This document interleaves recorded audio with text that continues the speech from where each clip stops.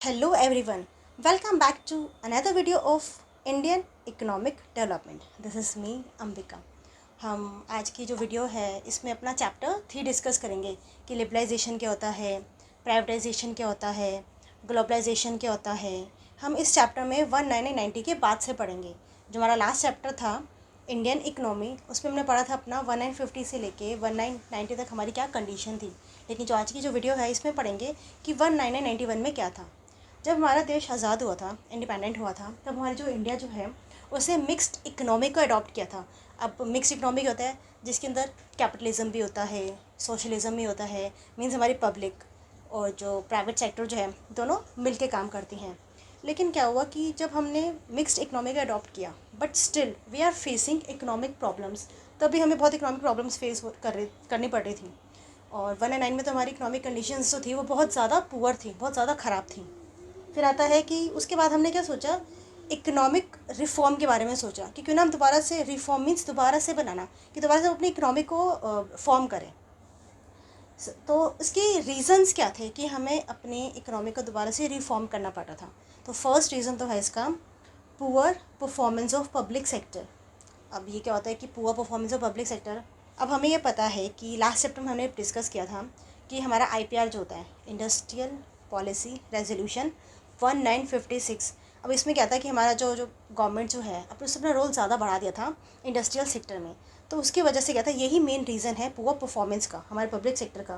क्योंकि जो हमारी गवर्नमेंट जो होती है उसका एम होता है social justice, social welfare, equity. Equity means कि लोगों का स्टैंडर्ड ऑफ लिविंग इंक्रीज़ हो और जो बेसिक कम्युनिटीज़ है लोगों की वो पूरी हों, जैसे कि food, cloth, shelter, education and health. तो ये सब इन सब को पूरा करने में क्या हुआ कि हमारी गवर्नमेंट का बहुत ज़्यादा लॉस हुआ। तो फर्स्ट रीज़न तो ये था कि हमने ये सोचा कि हमें इकोनॉमिक रिफॉर्म लाना है।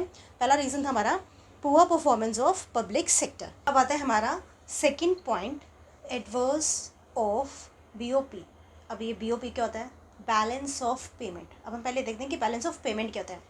बैलेंस ऑफ पेमेंट का मतलब क्या होता है कि ये हमारी एक स्टेटमेंट होती है, ये हमारे शो करता है ट्रांजैक्शंस को, रिसिप्ट्स क्या है हमारे, हमने क्या रिसीव किया है, हमारे क्या एक्सपेंडिचर हैं, residence of a country means हमारे और हमारे दूसरी कंट्री के साथ जो भी रिसिप्ट्स हैं, एक्सपेंडिचर हैं, हमारे बोरिंग हो गए, जो सब इस सब को जो दिखाता है इसको हम बोलते हैं बैलेंस ऑफ पेमेंट।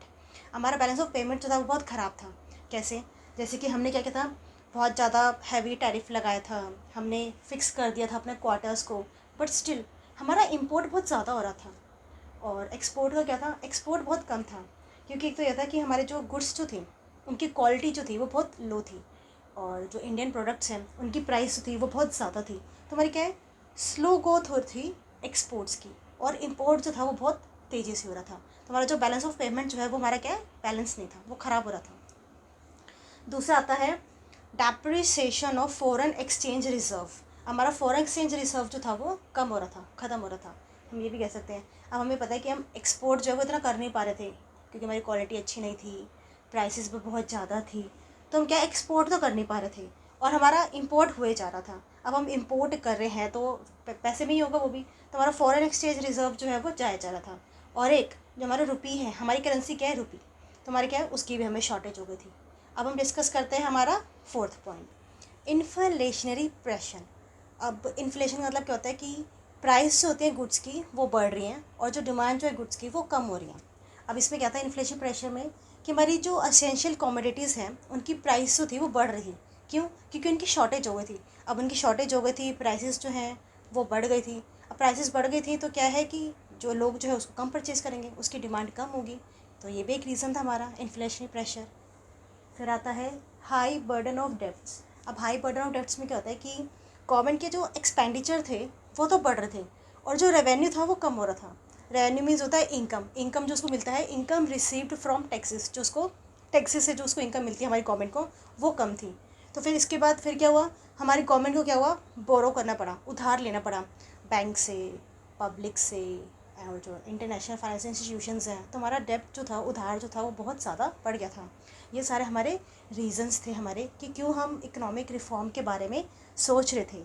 अब इसका एक शॉर्टकट भी है कि हम इसको कैसे याद कर सकते हैं। जो हमारे ये 5 पॉइंट्स हैं, हम कह रहे थे कि हम इकोनॉमिक रिफॉर्म जो है वो क्यों ला रहे थे, उसके क्या रीजंस हैं। Because we are not happy, हम हैप्पी नहीं थे। तो हैप्पी से बना है हैपिड, क्योंकि अब ऐसे से हम याद कर सकते हैं अपना high burden of debts.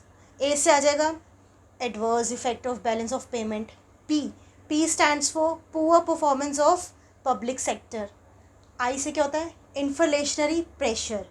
D से depletion of foreign exchange reserve. मैंने लास्ट में गलती से डेप्रिसिएशन लिख दिया, it's not depreciation, it's depletion, खत्म हो रहा था हमारा, depletion of foreign exchange reserve. अब हमारा आता है कि इकोनॉमिक रिफॉर्म।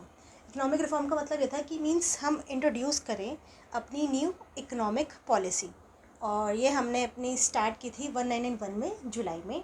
हमने ये इकोनॉमिक रिफॉर्म इसलिए था क्योंकि हम चाहते थे कि हमारी इकोनॉमिक ग्रोथ हो, हम अपनी इकोनॉमिक ग्रोथ को इंक्रीज़ करें और एक ऐसा इन्वायरमेंट क्रिएट करें जिससे कंपटीशन हो, कि कंपटीशन होता है तो फिर क्या होता है, हमारी ग्रोथ भी होती है, हमारी क्वालिटी इंप्रूव होती है। इसलिए फिर आता है कि जब हम जिस टाइम पे हम अपनी ये न्यू इकोनॉमिक पॉलिसी ला रहे थे, उस टाइम पे जो हमारे प्राइम मिनिस्टर जो थे वो थे पीवी नरसिम्हा राव, एंड और जो हमारे फाइनेंस मिनिस्टर जो थे वो थे हमारे फॉर्मर प्राइम मिनिस्टर हमारे मनमोहन सिंह, वो थे हमारे उस टाइम पे हमारे फाइनेंस मिनिस्टर। अब आता है कि इन्होंने क्या किया कि सबसे पहले क्या किया कि 2 काइंड ऑफ मेजर्स को लिए थे। फर्स्ट क्या आता है, स्टेबलाइजेशन। स्टेबलाइजेशन का मतलब होता है कि पहले हम शॉर्ट टाइम मेजर्स लेते हैं, कि पहले सबसे पहले हम क्या इसके उपाय कर सकते हैं, कैसे हम इसको रोक सकते हैं।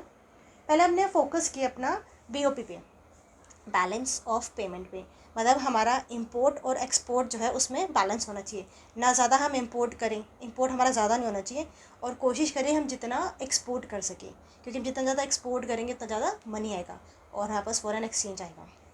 फिर ये था कि हम मेंटेन करें FER को। FER क्या होता है, फॉरेन एक्सचेंज रिजर्व को हमें मेंटेन करना था, क्योंकि हमारा वो डिप्लीशन हो रहा था, वो खत्म हो रहा था, क्योंकि हम इंपोर्ट ज़्यादा कर रहे थे।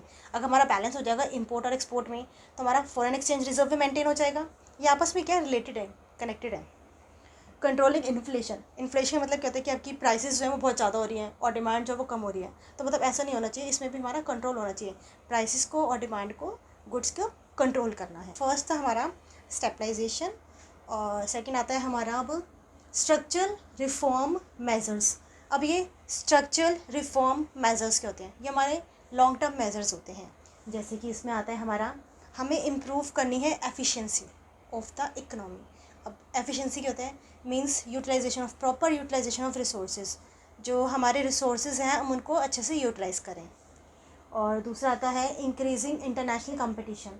अब हमें कंपटीशन ये तो नहीं है कि हमें थोड़े टाइम के लिए बढ़ाना है, कंपटीशन तो हमारा लॉन्ग टाइम में ही रहेगा। एक ये था कि हमारा कंपटीशन बढ़ाना है हमारा, तो ये हमारा एक स्ट्रक्चरल रिफॉर्म मेजर था। फिर अब आता है हमारा जो न्यू इकोनॉमिक पॉलिसी है उसके 3 मेन फीचर्स हैं, या फिर हम कह सकते हैं कि 3 पिलर्स हैं। वो पिलर्स क्या है हमारा, लिबराइजेशन, प्राइवेटाइजेशन, ग्लोबलाइजेशन। अब ये लिबराइजेशन क्या होता है, लिबराइजेशन का मतलब होता है कि freedom from direct control of government. पहले क्या था, गवर्नमेंट का बहुत ज़्यादा कंट्रोल था, हम इंडस्ट्री सेटअप कर रहे थे, गवर्नमेंट ने अपना रोल कितना इंक्रीज़ कर दिया था, तब क्या है कि उसको क्या है फ्री कर दो, फ्रीडम मिल जानी चाहिए। Freedom from the direct control of government, government जितना कम कंट्रोल रहेगा उतना ही ज़्यादा हम सोच पाएंगे, उतना ही ज़्यादा हम एक्सपैंड कर पाएंगे, फिर क्या हमारा प्राइवेट सेक्टर जो है वो आगे आ पाएगा। फिर आता है प्राइवेटाइजेशन। प्राइवेटाइजेशन का मतलब क्या हो गया, ट्रांसफ़र ऑफ ओनरशिप, मतलब जैसे पब्लिक के हाथ में था, गवर्नमेंट के हाथ में था, अब वो क्या है प्राइवेट को दे दें। तीसरा आता है ग्लोबलाइजेशन। ग्लोबलाइजेशन का मतलब होता है इंटीग्रेशन। इंटीग्रेशन मीन्स मिला देना, जो हमारी इकनॉमी है, इंडिया की इकनॉमी है, नेशनल इकनॉमी है, उसको वर्ल्ड की इकनॉमी के साथ मिला दो। ये था। तो आज के जो इस वीडियो है उसमें हमने अपने पढ़ा कि हमारे रीज़न्स क्या थे कि हम अपना इकोनॉमिक रिफॉर्म लाना चाहते थे। इकोनॉमिक रिफॉर्म जो हमारा जुलाई में आया था, 1991 में आया था। हमारे फाइनेंस मिनिस्टर थे उस टाइम अपने मनमोहन सिंह एंड PV नरसिम्हा राव हैं, उन्होंने किया था, ताकि हमारी जो है इकोनॉमिक कंडीशंस है वो इम्प्रूव हो और कंपटीशन इन्वायरमेंट क्रिएट हो। 3 पिलर्स हमने इस्टेब्लिश किए, लिबरलाइजेशन है, प्राइवेटाइजेशन है, ग्लोबलाइजेशन है। अब जो हमारी नेक्स्ट वीडियो है, अब हम इसके बारे में डिटेल में पढ़ेंगे, अपना लिबरलाइजेशन को कवर करेंगे। ये हमारा फर्स्ट पार्ट था, अब हम सेकंड पार्ट में अपना लिबरलाइजेशन को पढ़ेंगे। और आई होप इस जो मैंने आपको पढ़ाया है इससे रिलेटेड जो भी कंटेंट जो है उसके नोट्स का लिंक जो है वो मैंने डिस्क्रिप्शन में डाल दिया है। और आपको जो भी कोई भी डाउट हो, क्वेरी हो, आप कमेंट सेक्शन में कमेंट कीजिए। और प्लीज़ अगर मेरे चैनल को अच्छा लगा, आज की वीडियो अच्छी लगी, तो प्लीज़ इसको शेयर करें, लाइक करें, सब्सक्राइब करें। Thank you for watching my video.